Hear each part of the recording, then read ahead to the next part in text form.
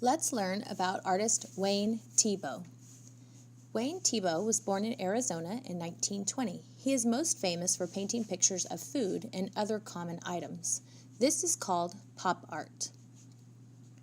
You guys are going to make your own pop art, except we are going to be making a sculpture. A sculpture is three-dimensional. First, I'd like for you to invent a new kind of candy. This should be a candy that no one has ever eaten before, a brand new invention. To begin, I want you to draw at least 3 ideas for your new candy.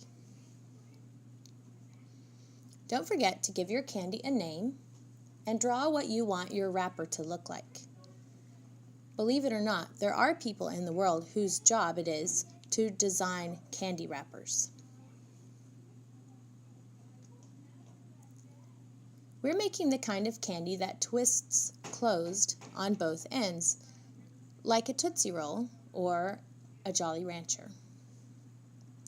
Next, you're going to take a large sheet of white paper and draw the candy wrapper. You don't need to draw the whole piece of candy with the twisted ends. We're going to be using this piece of paper for the candy wrapper.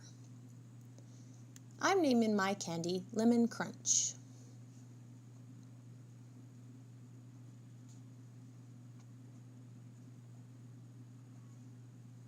I drew my whole candy wrapper in pencil first.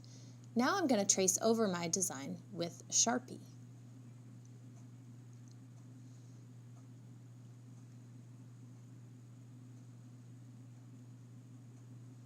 I like that I made my exclamation point look like a block letter.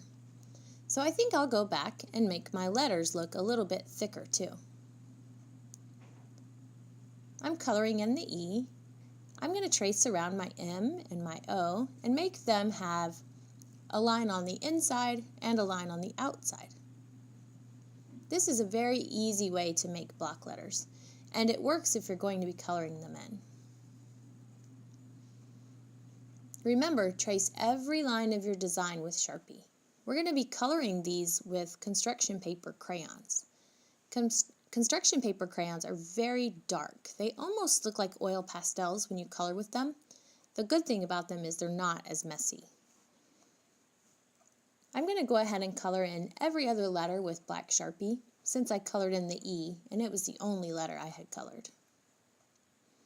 If you make a mistake, there's always a way to go back and fix your mistakes.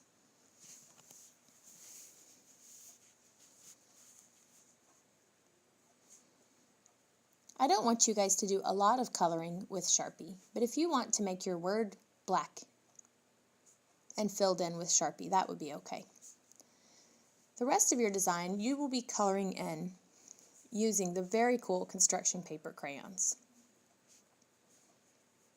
Because my candy is called Lemon Crunch, I've decided to use some yellow. I'm using yellow and a light orange. See, these are the construction paper crayons. Let's keep these separate from the regular crayons that we have at our table. They're great because they can color over things really easily. They also mix together too to make really nice colors, a lot like an oil pastel does. You can see as I color over the black Sharpie that it kind of changes the color of it. You can see the black through it, but you can also see the yellow on top. I want you guys to color really hard and really dark with the crayons.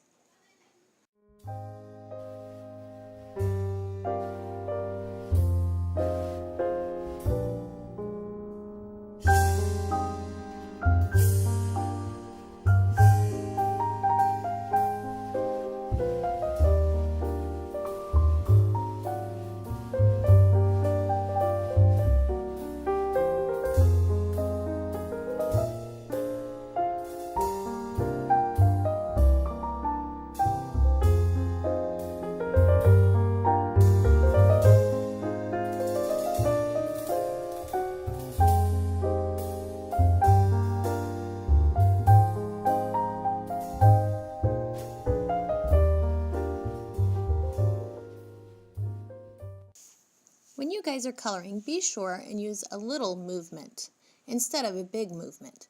That will color more solid. As you move your hand back and forth, just use a little small movement. Color one little small area at a time. That way there are no big streaks showing between the colors.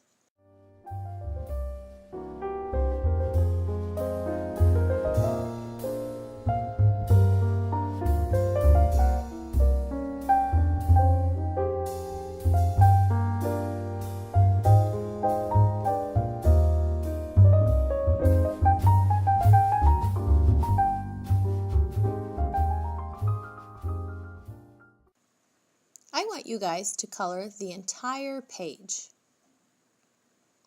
We want to have a really brightly colored candy wrapper. Think about when you go to the store to buy candy. Don't you like to pick the candy that looks pretty? What if your candy that you invent is sitting on the shelf and no one sees it because it looks sloppy or the colors aren't very bright? These are all the things that people think about when they design new things like candy, or tennis shoes, or the clothes that you buy in the store. Today you guys are designers.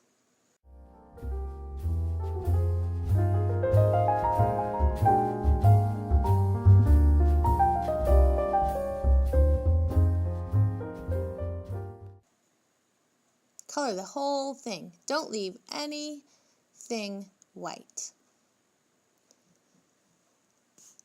After you guys color the front, I'd like for you to flip over on the back, and we're going to color a little bit of each end. Remember, we're making a twisted up candy wrapper. The ends, when you twist them up, you'll be able to see inside them a little bit, so if they're colored in, it'll look a lot nicer. I'm going to use hot glue and roll up your sculptures for you. The next time you come to class, you're going to use 3 bunches of paper. We're going to use some old newspaper. You're going to shove the 3 bunches of paper inside your candy wrapper. Then you're going to squish the ends closed and twist just a little.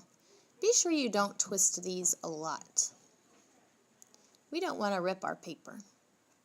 Next, you're going to tie a piece of yarn around the end in a double knot. So what you'll do is you'll tie the first part that you tie when you tie your shoes, and you'll do that 2 times. That's the best way to make a double knot.